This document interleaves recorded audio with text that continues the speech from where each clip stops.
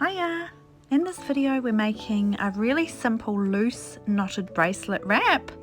You can make it as long or short as you like. My ones I normally make long enough to wrap around 3 full loops around my wrist. The contrast between the darker twine and a lighter gemstone bead is really pretty, and you can make your knots as loose or tight as you like.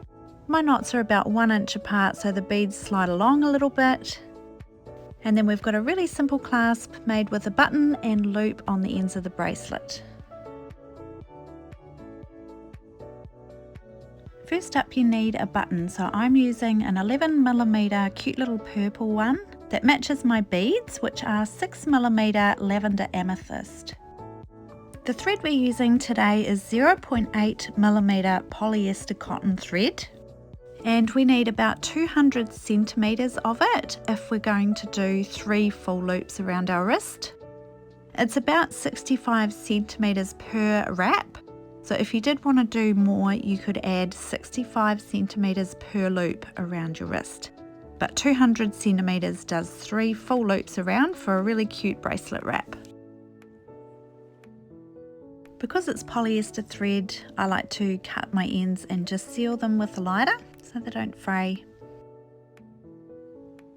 To start with, we're going to pop our button on and find the middle of our thread.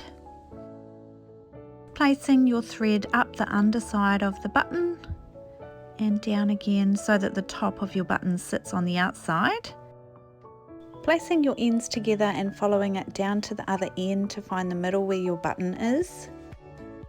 Now, holding onto the button, we can tie a little overhand knot, which is just around your finger, and then bringing the ends through the loop. I pull it down about 1/2 centimeter off the button, just so that that button still has some movement.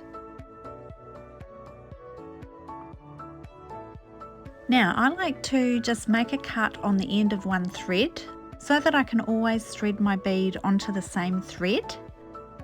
For some reason that seems to help the beads sit nicer on the bracelet.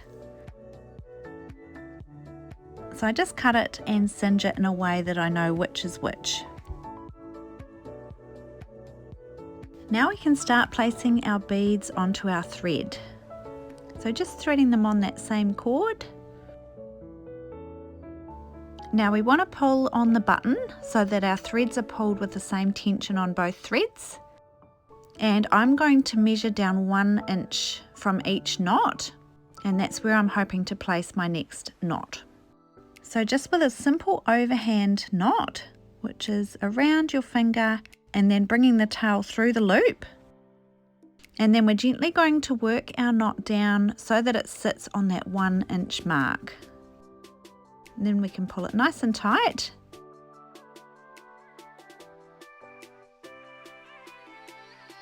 Now we just continue with our beads, placing them onto that same thread. Each time pulling on the button, so we've got that same tension on the bracelet when we tie our knot. And then making our overhand knot, measuring it down onto that 1 inch mark and pulling it nice and tight. You can do your knots a little bit bigger or smaller than the 1 inch mark as well, depending on how you want your bracelet to look. Just make sure you do the same measurement for each link along the whole bracelet. We just continue threading and knotting our beads the same measurement the whole way along.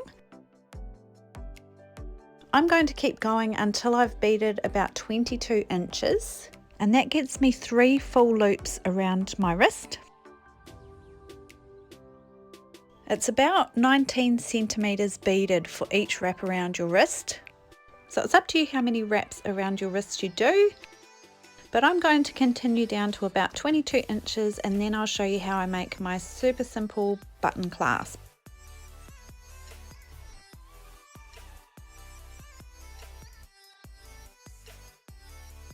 Okay, so once you've knotted a really nice long length, you want to just check it on your wrist and make sure it's wrapping around at least 3 times.